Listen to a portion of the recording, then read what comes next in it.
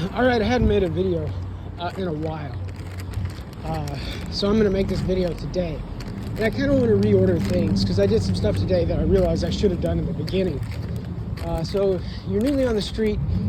Let's just give a hypothetical situation a lot of us are in. Okay, you're in a situation, drugs, alcohol, yes or no. I kind of come to determine, yeah, I was drinking some before I got homeless. That's not the reason I became homeless. So you're in this situation, you might be in considerable debt. You may or may not. It may be while you're on the street because you're debt. You may owe hospital bills, you may owe all that stuff. Regardless of your debt, even if you have astronomical debt, what you're probably not going to realize is that one of the most important things that you're going to have to guard when you walk into these situations, especially in shelters, is your identity and your social security number and all that stuff. And you can usually tell someone who's really newly homeless because they'll have their ID out and their phone out, and they'll be talking about, using their social security number and calling all these people and stuff like out in the open, and you just don't do that. So say you still have cell service, and the thing is you can't say, because especially if you go straight to the street, you're just going to feel like you're going back and back and back. You're actually moving forward to a certain extent, but it's going to feel like all you're doing is getting worse and worse and worse. You're going to start losing lots of stuff. You're going to have to learn to keep up with everything. You're going to have to learn to pay really close attention to detail. In many regards, you're going to have to rethink what's a value and what's not a value. So first thing you got to do, first, always have your identity, your phone, your ability to charge it. Fanny pack is a really good investment. Those things, especially if you stay in a shelter, anywhere, you can lock it on the back of your bed. You can tie your shoes onto it, that kind of stuff. Put it behind your pillow, and you always have your ID and all that, because you don't know if you're going to have a mailbox. You may have one now. You're newly on the street. You don't know if you're going to have a mailbox eventually. You don't even know if you're going to have a phone eventually. So the first thing you got to do, number one, get on the phone, get Equifax, TransUnion, and all those credit reporting agencies on the phone. This is number one.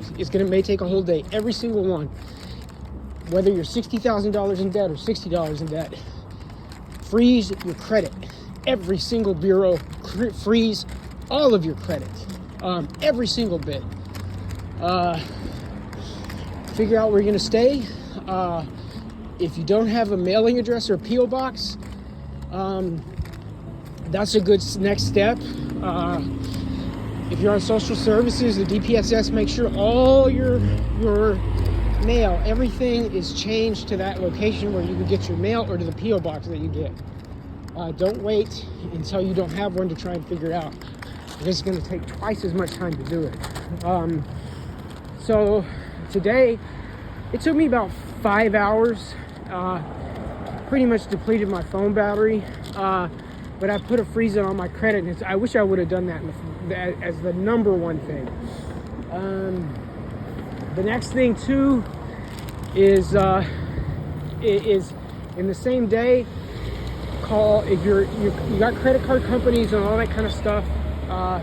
Maybe you're in debt to those people. Get all of them on the phone. Don't just not call them. Get all of them on the phone and just tell them your situation, because your situation is going to be worse if you say nothing, and they're just going to default it, push it off to collections, and then you're going to have people chasing you, and you're already going to have, chances are, if you're on the street, you probably already have people bothering you and chasing you anyway. You just don't want more, and not doing anything's not going to make it not happen. It's going to happen anyway. I mean, it's really going to happen if you do nothing.